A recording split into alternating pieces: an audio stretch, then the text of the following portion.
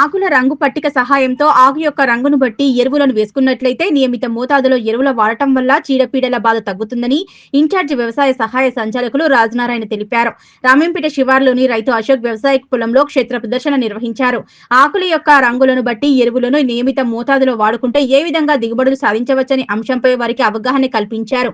ఈ సందర్భంగా ఇన్ఛార్జి వ్యవసాయ సహాయ సంచాలకులు రాజనారాయణ మాట్లాడుతూ ఆకుల రంగును బట్టి ఎరువులను వేసుకున్నట్లయితే నియమిత మోతాదులో ఎరువుల వాడకం వల్ల పంటలకు చీడపీడ బెడద తగ్గుతుందని, ఎరువులు ఎక్కువగా వేయటం వల్ల పంట దిగుబడి ఎక్కువ వస్తుందనే విషయం రైతులు అపోహ పడుతున్నారని, పంట తన సామర్థ్యం మేరకు మాత్రమే ఎరువులు వాడాలన్నారు. యూరియా ఎరువులు ఎక్కువగా వేయటం వల్ల పంట ఎక్కువగా పల్చబడడం, ఎక్కువ దిగుబడి వస్తుందని రైతుల అపోహ మాత్రమే అన్నారు.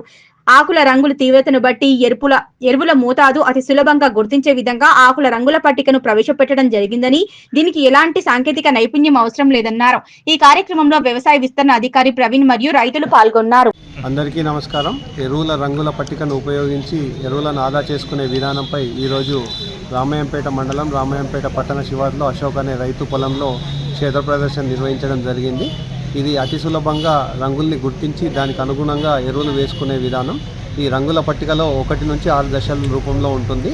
1 నుంచి 2 దశల్లో లేత ఆకు రంగులో, 3 నుంచి 4 దశల్లో మధ్యస్థ ఆకుపచ్చ రంగులో, 5 నుంచి 6 దశల్లో ముదురు ఆకుపచ్చ రంగుల్లో మనకు పట్టిక అనేది ఉంటుంది.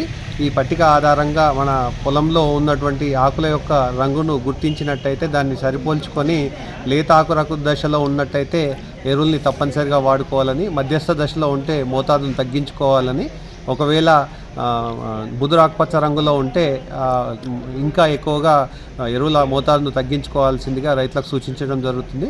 ఎందుకంటే రైతులు నత్రజని సంబంధిత ముఖ్యంగా యూరియా ఎరువును ఎక్కువగా వేయడం ద్వారా పంటల దిగుబడి ఎక్కువగా వస్తుందనే అపోహలో ఉంటారు. ముఖ్యంగా నత్రజని ఎరువు వేయడం ద్వారా ఆకు పచ్చబడుతుంది, కానీ దానికి అనుగుణంగా పంట దిగుబడి రాకపోవడానికి ఛాన్స్ ఉంది.